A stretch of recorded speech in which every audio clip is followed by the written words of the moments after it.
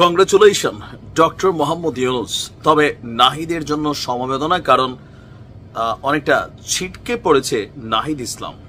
যেমনটা এনসিপির রাজনৈতিক ভবিষ্যতে কেউ কেউ বলছেন যে ছিটকে পড়তে পারে, কারণ আজকে 2025 সালে বিশ্বের প্রভাবশালী 100 জন ব্যক্তির তালিকা প্রকাশ করেছে যুক্তরাষ্ট্রের সাময়িক টাইম ম্যাগাজিন।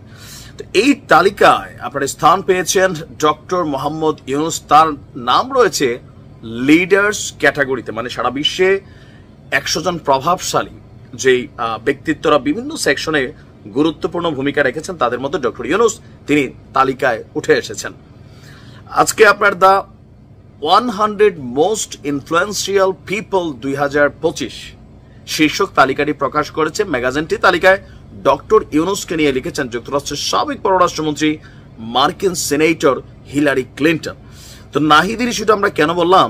প্রতি বছর বিশ্বের প্রভাবশালী 100 জন ব্যক্তির তালিকা প্রকাশ করে এই সাময়িকী। 2024 সালে অবশ্যই নাহিদদের জয় জয়কার ছিল। 2024 সালের টাইম ম্যাগাজিনের টাইম 100 নেক্সট যে তালিকা ছিল, এই তালিকাতে স্থান পেয়েছিল বৈষম্য বিরোধী ছাত্র আন্দোলনের অন্যতম সমন্বয়ক নাহিদ ইসলামের নাম। তো সেই হিসাবে 2025-এর এই তালিকায় নেক্সট ছিল, মানে 25-এ তার নামটা আসার সুযোগ ছিল, কিন্তু কোথাও না কোথাও তার নামটা কেন আসে নাই? আমার কাছে মনে হচ্ছে যে নাহিদদের ডাকে এখন মানুষ হয় না, রাজনৈতিকভাবে অনেক বিতর্কে জড়িয়ে পড়েছেন, অথবা বিশ্বজুড়ে গত বছর তাদের যে প্রভাব ছিল বা মানুষ যে উত্তাল স্রোত দেখছে অ্যাজ আ লিডার ক্যাটাগরি বা নেক্সট লিডার ক্যাটাগরিতে, সেখান থেকে তিনি সরে গেছেন। এখন টাইম ম্যাগাজিনের এই তালিকাটা বিভিন্ন শ্রেণীতে ভাগ করা হয়। শ্রেণীগুলো হলো artist, icon, leader, Titan, pioneer এবং ইনোভেটর।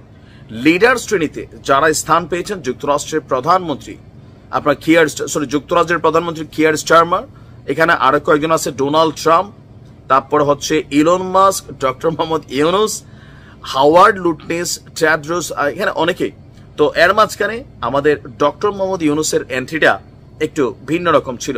এখন তাকে নিয়ে দেখেন এই পত্রিকাটাতে যিনি লিখেছেন হিলারি ক্লিন্টন, তিনি বলছেন গত বছর শিক্ষার্থীদের নেতৃত্বে যে গণ আন্দোলন হয়েছিল তার মুখে সাবেক প্রধানমন্ত্রী শেখ হাসিনার সরকারের পতনের পর দেশটির একজন পরিচিত নেতা, নোবেল শান্তি পুরস্কার বিজয়ী ইউনুস গণতন্ত্রের পথে এগিয়ে নেওয়ার দায়িত্ব নিয়েছে বাংলাদেশকে।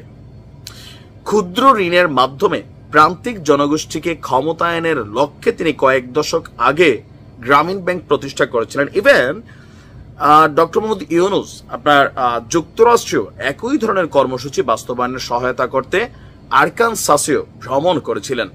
আর তার বক্তব্য, এরপর থেকে যে বিশ্বের যেখানে গেছি ডক্টর ইউনুসের কাজের অসাধারণ প্রভাব লক্ষ্য করেছি, বহু মানুষের জীবন উন্নত হচ্ছে এবং বাংলাদেশকে তিনি নিপীড়নের ছায়া থেকে বের করে আনছেন, মানবাধিকার পুনরুদ্ধার, জবাবদিহিতা, ন্যায়সঙ্গত মুক্ত সমাজের ভিত্তি স্থাপন করছেন। আর আমরা জানি হিলারি ক্লিন্টন ওনার পুরানা ভালো একজন বন্ধু।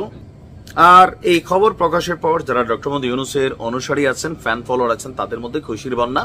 আবার অনেকের মুখে একটু কালো কালো ভাবও দেখা যাচ্ছে চেহারাতে, যার যার পয়েন্ট অফ ভিউ। বাট দেখা যাক 2026 সালে ডক্টর মোহাম্মদ ইউনুস তার এই জায়গাটা ধরে রাখতে পারেন কিনা।